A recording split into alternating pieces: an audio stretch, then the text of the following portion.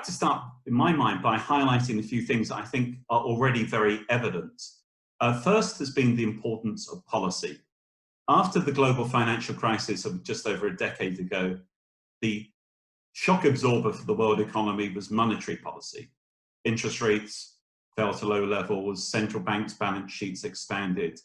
But it's unclear in many people's minds whether we really made an inroad into turning the world economy around to address all the underlying issues. In this crisis, what we've seen is not only further monetary policy easing, but also the increased significance of fiscal policy.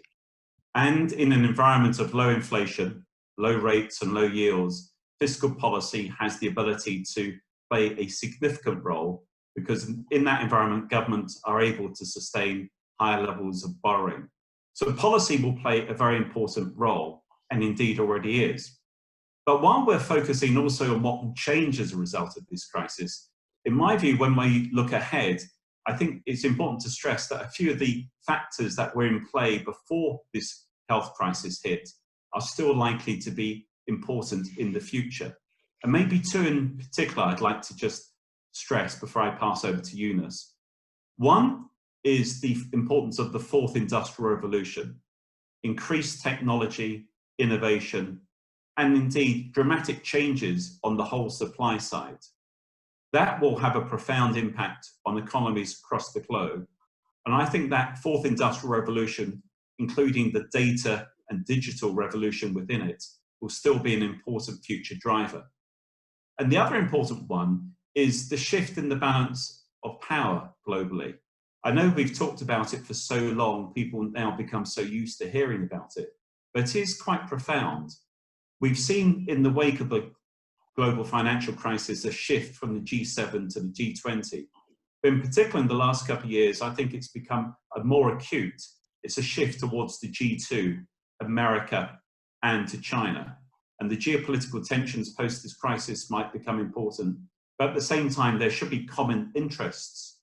I think what we would like to avoid is protectionism that we saw last year.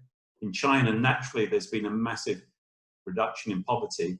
But the two key economic drivers before the crisis, the technological fourth industrial revolution and the shift in the balance of power towards the G2, I think will become evident as we come out of this crisis.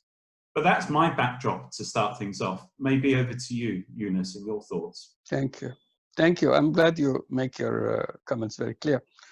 I come from kind of another perspective.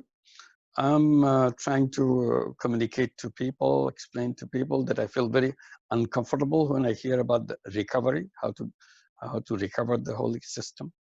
I said Corona has done us a great favor.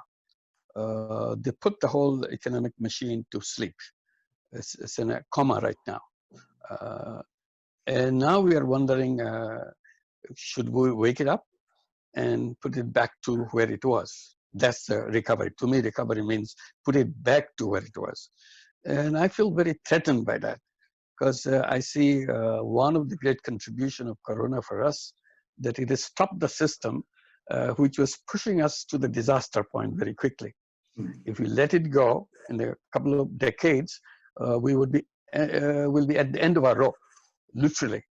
Global warming is about to destroy us. And that's all the projections going on, and 1.5 degrees Celsius to 2 degrees Celsius, and it's over, point of no return. And we came very close to it. And we are saying this may be our decade of last chance. If we really make it this decade, we survive. Or not, we don't survive. So we came to the end of the rope, and Corona has stopped it and helped us to still be around. Now, when we want to revive the economy from its coma, should we go back to that point and finish the job and end ourselves, extinct ourselves? I think that would be suicidal. Recovery is a suicidal word. I don't want to commit suicide. It's not only the global warming. I talk about other issues. It's not a single issue thing. Another issue is wealth concentration. Extremely ugly wealth concentration which goes on. It's absolutely meaningless. It has no meaning whatsoever in people's life, that all the wealth goes into hands of few people.